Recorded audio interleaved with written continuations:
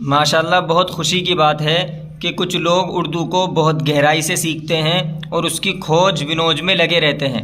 اس سے پہلے میں نے ایک ویڈیو کے اندر آپ کو بتایا تھا کہ یہ جو حروف ہیں اردو کے اندر بے، پے، تے اس طرح پڑھے جاتے ہیں، اور کچھ حروف کے بارے میں بتایا تھا کہ وہ جیسے لکھے ہوئے ہیں ویسے ہی پڑھے جاتے ہیں۔ جیسے کہ دال، یہ دال ہی پڑھا جائے گا، دیل نہیں پڑھیں گے، اس کو دال ہی پڑھیں گے۔ اس سے پہلی ویڈیو کے اندر میں نے آپ کو بتایا تھا نورانی اردو قاعدہ ہے، اس کے اندر آپ جا کر یہ دیکھ سکتے ہیں۔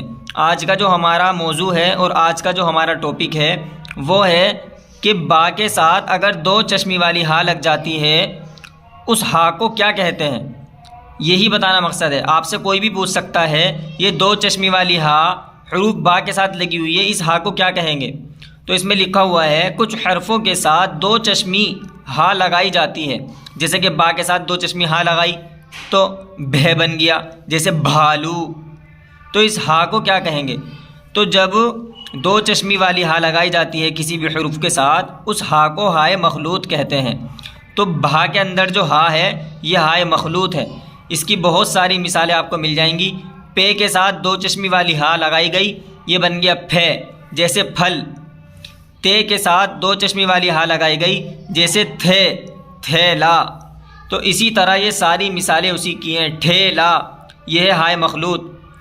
جھاڑو، جھاڑو کے اندر بھی جو ہا ہے یہ دو چشمی والی ہا ہے، لیکن اس ہا کو ہائے مخلوط کہتے ہیں۔ اسی طرح چھوٹا، اس کے اندر بھی ہائے مخلوط ہے۔